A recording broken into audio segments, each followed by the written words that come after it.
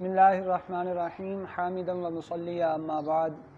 عزیز طلباء کرام، ہم نے قافیہ کے گزشتہ سبق کے اندر صفت مشبہہ کا بیان پڑھا۔ اس سبق میں ہم اس میں تفضیل کا آغاز کر رہے ہیں۔ سب سے پہلے مصنف نے اس میں تفضیل کی تعریف فرمائی، ارشاد فرمایا اسم التفضیلی مشتق من فعل لموصوف بزیادۃ علی غیرہ وہو افعل۔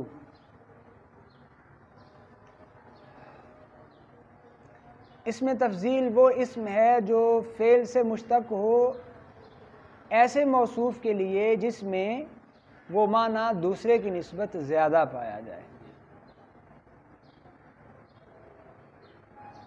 اشتقاق کی قید کے ساتھ جو جامد اسماء ہیں ان کو اس سے خارج کر دیا، اور لموصوف بزیادۃ علی غیرہ کی قید کے ساتھ دیگر اقسام کو خارج کیا۔ لیکن یہاں ایک سوال پیدا ہوتا ہے، جیسے ماقبل میں مصنف نے فاعل کی تعریف میں فرمایا تھا لمن قام بہ، اور اس میں مفعول کی تعریف میں فرمایا تھا لمن وقع علیہ۔ یہاں ایسا کیوں نہیں فرمایا؟ یہاں کیوں فرمایا لموصوف؟ اس کی وجہ یہ ہے کہ چونکہ یہ دونوں انواع پر مشتمل ہوتا ہے، موصوف اور اسم فاعل اور اسم مفعول کے اندر جو پہلو پائے جاتے ہیں، اس لیے مصنف نے لموصوف کہا، فقط لمن قام بہ نہیں کہا، یا لمن وقع علیہ الفعل نہیں کہا۔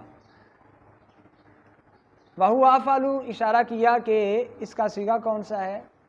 اس کا صیغہ ہوگا جی افعل۔ لیکن اس پہ سوال پیدا ہوگا کہ خیر اور شر یہ بھی بطور اس میں تفضیل استعمال ہوتے ہیں، ان کا صیغہ تو یہ نہیں ہے۔ تو اس کا جواب دیا ہے کہ خیر اصل میں ہے اخیر اور شر اصل میں ہے اشر۔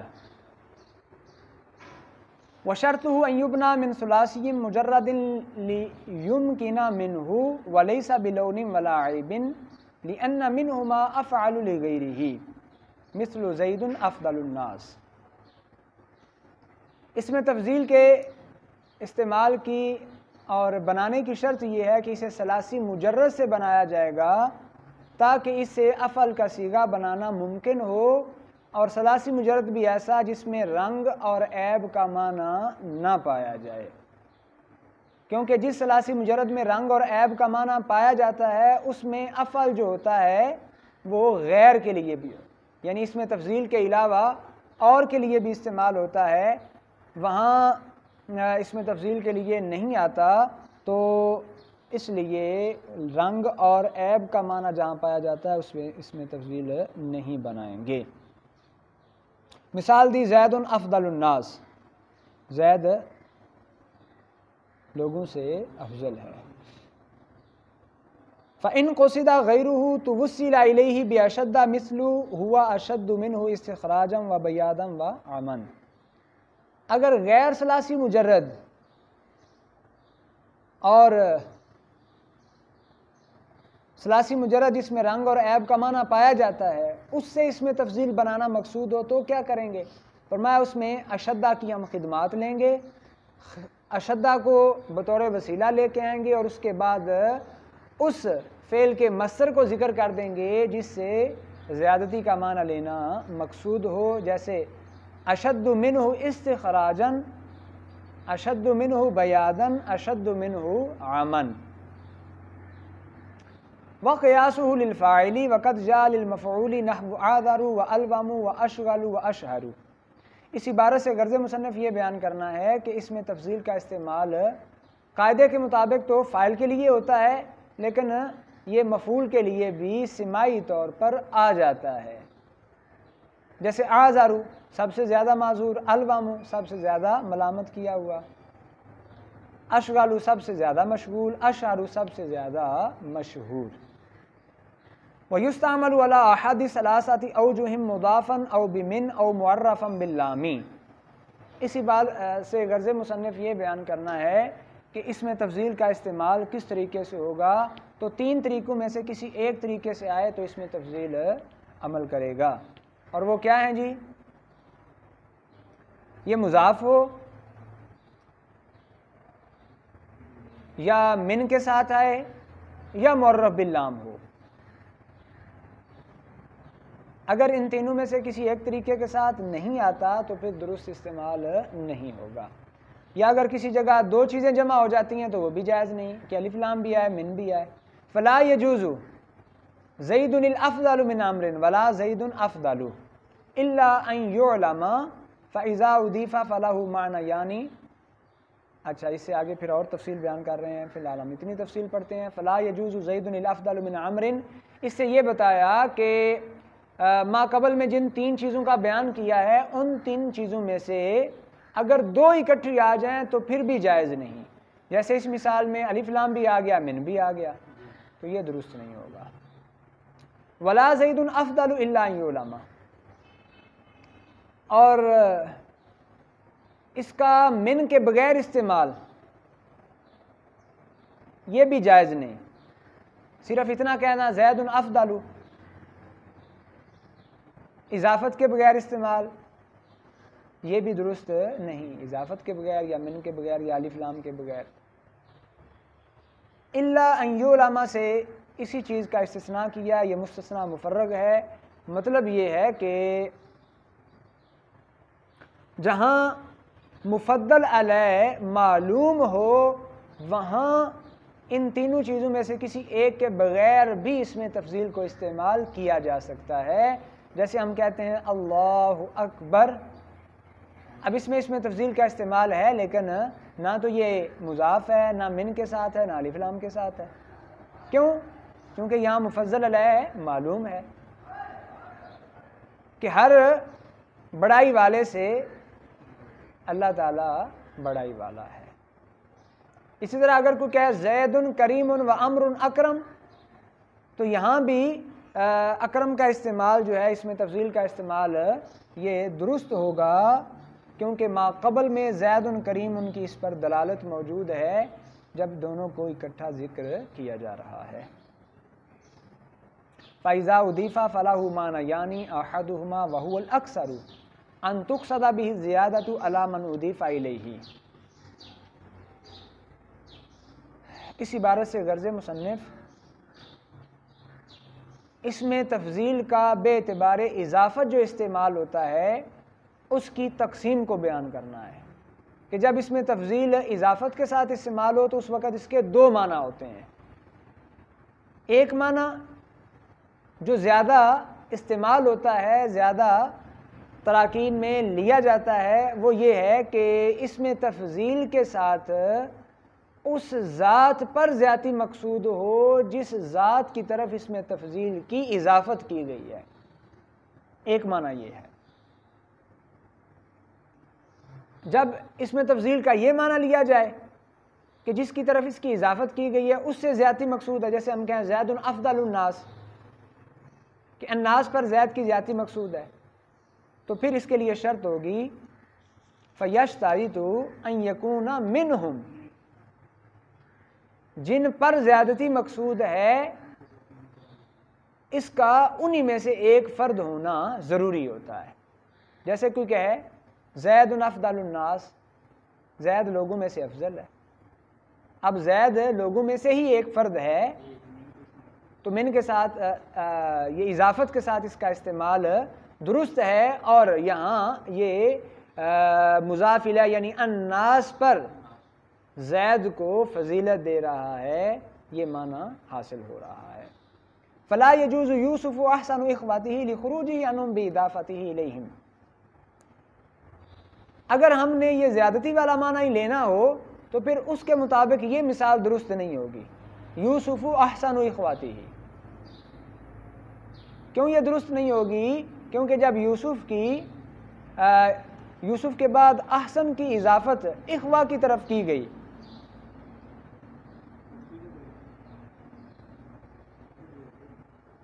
تو یوسف جو ہے وہ ان سے نکل گیا کیونکہ مضاف الیہ کا مغائر ہوتا ہے.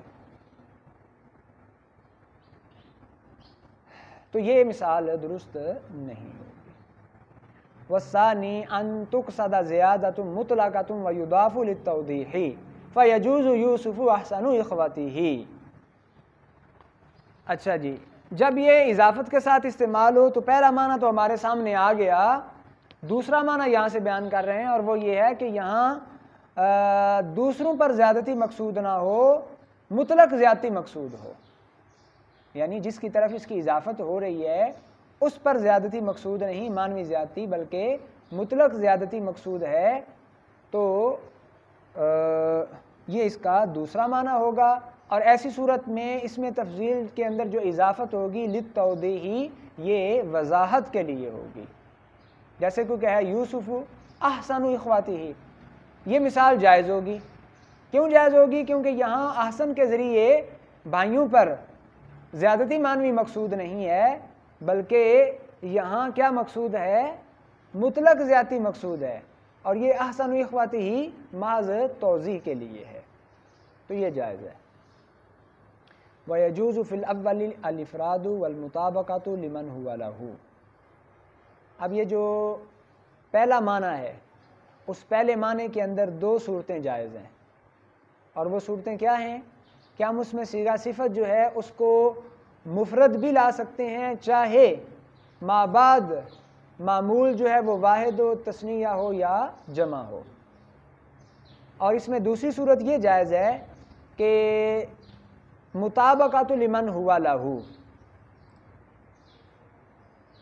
جس کے لیے مانوی زیادتی مقصود ہے اس کے مطابق بھی اسے لا سکتے ہیں، یعنی اگر وہ واحد ہے تو یہ صیغہ واحد کا، وہ تثنیہ ہے تو صیغہ تثنیہ کا، وہ جمع ہے تو صیغہ جمع کا۔ مثلا کوئی کہے زید افضل القوم، زیدانی افضل القوم بھی کہہ سکتے ہیں، اور افضل تثنیہ کے ساتھ بھی افضل القوم بھی کہہ سکتے ہیں۔ وَأَمَّا الثَّانِي وَالْمُعَرَّفُ بِاللَّامِ فَلَا بُدَّ مِنَ الْمُطَابَقَةِ، رہی اضافت کی دوسری صورت جب مطلق زیادتی مقصود ہو، اور اس میں تفضیل کے استعمال کی معرف باللام والی صورت، تو ان دونوں صورتوں میں اس کی مطابقت جو ہے وہ ضروری ہوگی، کس کے ساتھ؟ جس کی تفضیل بیان کرنا مقصود ہے۔ اگر وہ واحد ہے تو صیغہ واحد، وہ تثنیہ ہے تو صیغہ تثنیہ، وہ جمع ہے تو صیغہ جمع کا ہوگا۔ زیدن الافضل، الزیدان الافضلان، الزیدون الافضلون، والذی بمن مفرد مذکر لا غیر، اور اس میں تفضیل جو من کے ساتھ استعمال ہوتا ہے اس کے بارے میں بیان فرمایا کہ وہ مفرد مذکر ہوگا، اس کے علاوہ نہیں آئے گا، چاہے جس کی زیادتی بیان کرنا مقصود ہے وہ مفرد ہے، تثنیہ ہے، جمع ہے، مذکر ہے، مؤنث، یہ کیا آئے گا؟ مفرد مذکر ہی آئے گا۔ مثلا ہم یہ کہیں زید افضل من عمر، ہند افضل من عمر، زیدانی افضل من عمر، زیدون افضل من عمر، تو ان سب کے اندر چاہے مفضل جس کو ہم فضیلت دے رہے ہیں وہ واحد ہو، تثنیہ ہو، جمع ہو، صیغہ جو ہے وہ مفرد مذکر ہی رہے گا۔ اچھا جی، یہاں تک اضافت، لام، من، ان کے ساتھ اس میں تفضیل کا کس طرح ذکر کیا جائے گا، مصنف نے اس کی تفصیل بیان کی، اور اس تفصیل کے اندر اس بات کی طرف اشارہ موجود ہے کہ اس میں تفضیل جو ہے وہ اس میں ظاہر میں عمل نہیں کرے گا، اس میں ضمیر میں عمل۔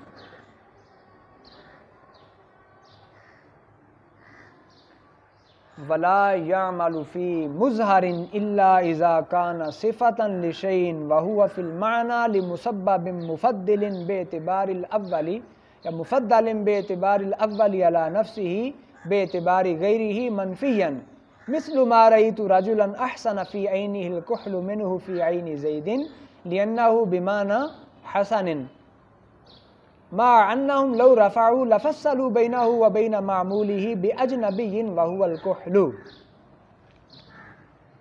اچھا جی،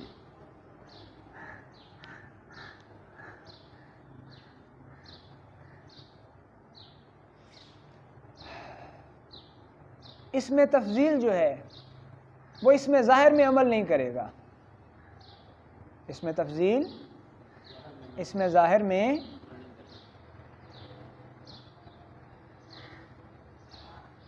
مفعول بہی کا ذکر تو کر دیا کہ مفعول بہی میں حرف جر کے واسطہ کے بغیر یہ عمل نہیں کرتا،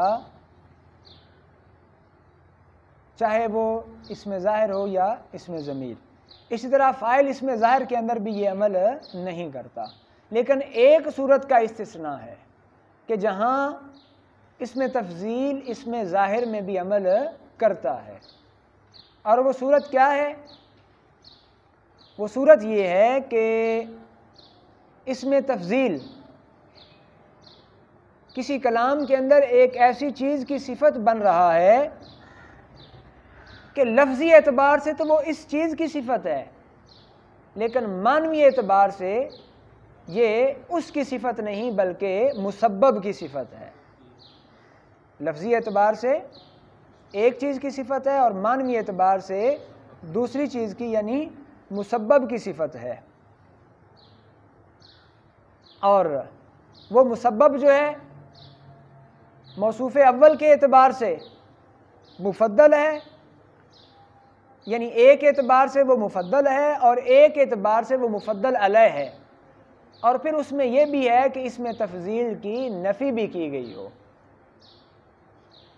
یہ چند چیزیں پائی جائیں۔ پہلی چیز، اس میں تفضیل لفظی طور پر ایک چیز کی صفت ہے، معنوی طور پر دوسری کی، اور معنوی طور پر جس چیز کی صفت ہے وہ مسبب ہے، وہ ایک اعتبار سے مفضل ہے، دوسرے اعتبار سے مفضل علیہ ہے۔ اور ایک اور چیز کہ اس میں تفضیل کی جو ہے وہ نفی بھی کی گئی ہے۔ تو جب یہ ساری چیزیں جمع ہو جائیں وہاں اس میں تفضیل کا فاعل اس میں ظاہر آ جاتا ہے، اس وقت اس میں تفضیل اس میں ظاہر میں بھی عمل کرے گا۔ جیسے مصنف نے یہ مثال دی، ما رأیت رجلا احسن فی عینہ الکحل منہ فی عین زید، اس میں احسن جو ہے یہ حسن کے معنی میں ہوگا اور یہ اس میں ظاہر میں عمل کرے گا۔ اب ہم اس مثال کی وضاحت دیکھتے ہیں، ذرا ملاحظہ فرمائیں، دیکھیں۔ ما رأیت رجلا احسن فی عینہ الکحل منہ فی عین زید۔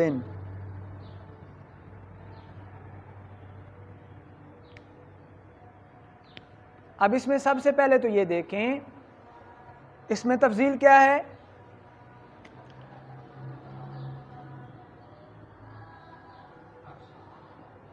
احسن اس میں تفضیل ہے، اور یہ لفظی اعتبار سے کس کی صفت بن رہا ہے؟ راجل کی۔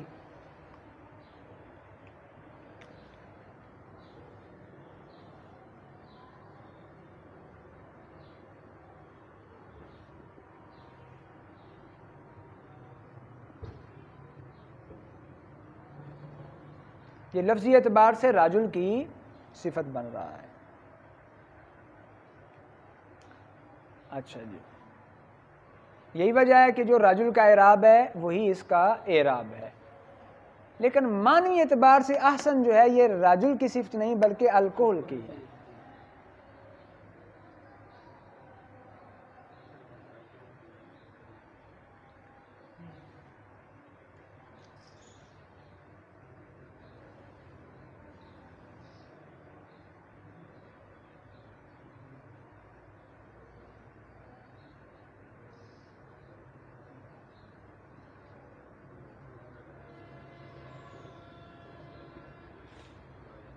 قاعدے میں کیا فرمایا تھا کہ جب اس میں تفضیل ایک چیز کی صفت ہو لفظی اعتبار سے اور معنوی اعتبار سے مسبب کی، اب یہ معنوی اعتبار سے اس کی صفت بن رہی ہے۔ اس کی صفت کیسے بن رہی ہے؟ بھئی اس کا اسناد الکحل کی طرف ہو رہا ہے، احسن فی عینہ الکحل، اور اس میں الکحل جو ہے جب اس میں عین رجل کا اعتبار کیا جائے تو یہ مفضل ہے،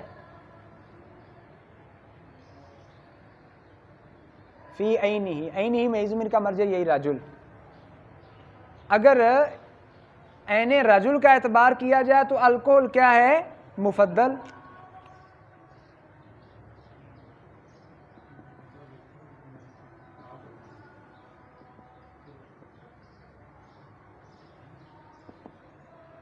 کیا ہے؟ مفضل. اور جب عین زید کا اعتبار کیا جائے اسی الکوہل کے اندر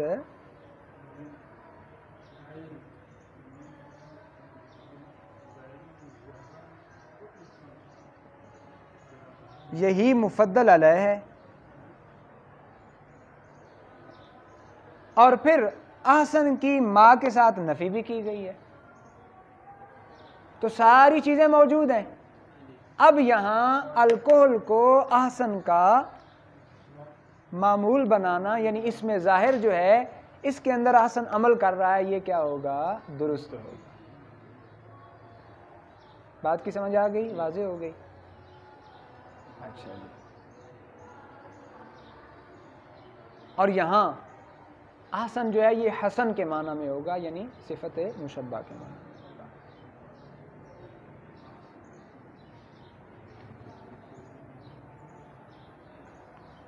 مع انہم لو رفعوا لفصلوا بینہ وبین معمولہ باجنبی وہو الکحل. سے غرض مصنف ایک سوال کا جواب ہے. سوال یہ ہے حضور آپ ایسا کیوں نہیں کرتے کہ آپ یہاں احسن کو بجائے اس کے کہ الکحل کا عامل بنائیں اس میں ظاہر کا، آپ اس کو خبر مقدم بنا لیں اور الکحل کو مبتدا مؤخر بنا لیں. اس کا مصنف نے جواب دیا بھی اگر ہم احسن کو خبر مقدم بنا کر مرفوع پڑھیں، اگر اس کو رفع دیں تو پھر اس میں خرابی لازم آتی ہے. اور وہ خرابی کیا ہے کہ منہ کا تعلق پھر احسن کے ساتھ ہوگا. یہ جو منہ ہے اس کا تعلق احسن کے ساتھ ہے. جب ہم اس کو خبر مقدم بنائیں یا اس کو مبتدا مقدم اور اس کو خبر مؤخر بنائیں، دونوں صورتوں میں الکحل اس کے معمول اور اس کے درمیان الکحل جو کہ اجنبی ہے اس کا فاصلہ لازم آئے گا. بھئی من ہو احسن کا معمول ہے، جب ہم اس کو مرفوع پڑھیں خبریت کی وجہ سے یا ابتدائیت کی وجہ سے، تو اس کے اور اس کے درمیان الکحل کا فاصلہ آ جائے گا جو کہ اجنبی ہے اور معاملہ درست نہیں رہے گا. اس لیے یہ جو صورت تھی مرفوع پڑھنے والی وہ یہاں جاری نہیں ہو سکتی. وَلَكَ أَن تَقُولَ أَحْسَنَ فِي عَيْنِهِ الْكُحْلُ مِنْ عَيْنِ زَيْدٍ. اس عبارت سے غرض مصنف یہ بیان کرنا ہے کہ آپ یہ جو عبارت ہے نا اتنی لمبی چوڑی، مختصر کر کے جو معنی اس سے حاصل ہو رہا ہے وہ اس مختصر عبارت سے بھی لے سکتے ہیں. وہ مختصر عبارت کیا ہے؟ آپ یوں کہہ دیں ما رأیت رجلا احسن فی عینہ الکحل من عین زید. ما رأیت رجلا، میں نے ایسا کوئی مرد نہیں دیکھا کہ جس کی آنکھ میں سرما زید کی آنکھ سے زیادہ خوبصورت لگ رہا ہو. یہی معنی اس سے حاصل ہو رہا ہے. اور یہی معنی جب ہم اس کو اختصار کے ساتھ یوں کہیں ما رأیت رجلا احسن فی عینہ الکحل من عین زید، اس میں ہم منہ اور فی ختم کر کے صرف اس کی جگہ کیا لے آئیں؟ من لے آئیں، تو وہی معنی حاصل ہو جائے گا.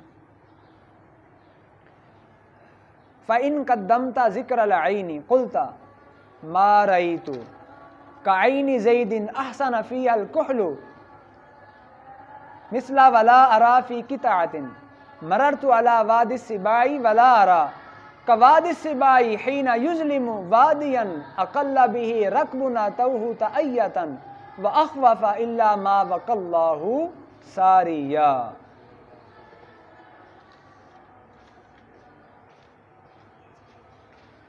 اس میں مصنف ایک اور صورت بیان کر رہے ہیں اور وہ یہ ہے کہ اس میں عین کا ذکر جو ہے وہ مقدم کر دیا جائے اور اس میں تفضیل جو ہے اس کو مؤخر کر دیا جائے، اور پھر یوں پڑھا جائے ما رأیت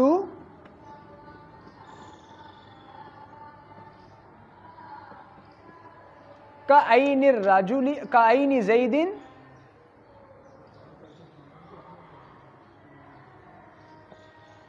احسن فیہا الکحل.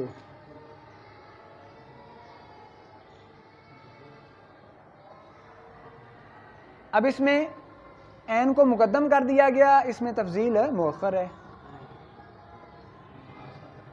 تو یہ بھی صورت ٹھیک ہے۔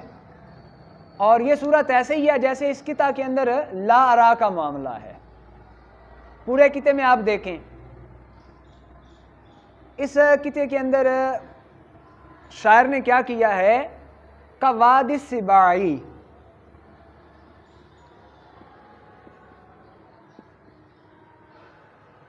حین یظلم